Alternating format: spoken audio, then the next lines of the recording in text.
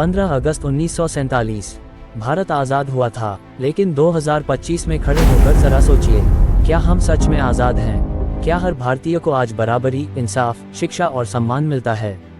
या फिर हम आज भी जंजीरों में हैं?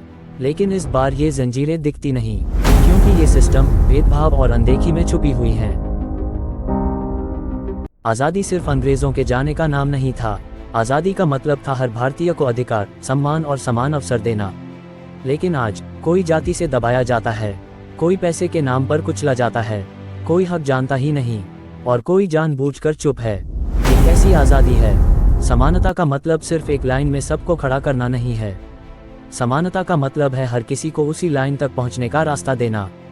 लेकिन हकीकत ये है, एक बच्चा एसी क्लास में पढ़ता है, दूसरा मिट्टी पर बैठकर। एक इंसान CEO बनता है, दूसरा सफाई कर्मचारी, इसलिए क्योंकि उसका जन्म वहीं हुआ। क्या ये समानता है? नहीं, ये हमारे समाज की कड़वी सच्चाई है।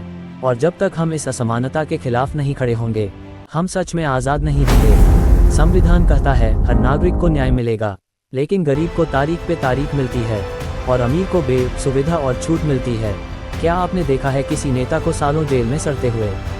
क्या किसी करोड़पति के लिए कोर्ट की सुनवाई टलती है? नहीं, लेकिन एक मजदूर अपने खेत के लिए, अपने बेटे के स्कूल के लिए, अपने हक के लिए न्याय पाने के लिए जिंदगी भर जूझता है। ये न्याय नहीं, ये मजाक है। और जब तक न्याय अमीर गरीब में बंटा रहेगा, तब तक आज़ादी अधूरी रहेगी। एक समाज की असली ताकत उसकी शिक्षा होती है। लेकिन क्या आज हर बच्चे को पढ़ने का बराबर हक मिला है? सरकारी स्कूलों में शिक्षक नहीं हैं, किताबें और टॉयलेट तक नहीं हैं। गांव की बच्चियां 5वीं के बाद स्कूल छोड़ देती हैं। दूसरी तरफ शहरों में लाखों की फीस देकर एक खास वर्ग के बच्चे पंथ लगा रहे हैं। ये फर्क, ये खाए हमें बांट रही है। शिक्षा सिर्फ अमीरों की जागीर नहीं हो सकती। अगर हर बच्चा नहीं पढ़ेगा तो देश कैसे बढ़ेगा? हर सरकार वादा करती है, हर घर नल से जल, हर हाथ को काम, हर किसान को दाम। लेकिन जमीन पर क्या हो रहा है? पानी के लिए किलोमीटर चलती महिलाएं, बेरोजगार डिग्रियां लेकर बैठे युवा, आत्महत्या करता किसान। योजनाएं सिर्फ घोषणा नहीं होनी चाहिए, वो हर गरीब, हर कोने तक पहुंचनी चाहिए। और इसके लिए हमें चाहिए जागरूक जनता और जवाबदेह सरकार। अब सवाल सरकार से ज्यादा खुद से है। क्या हम अपने हक जानते हैं? क्या हम अपने कर्तव्यों को निभाते हैं?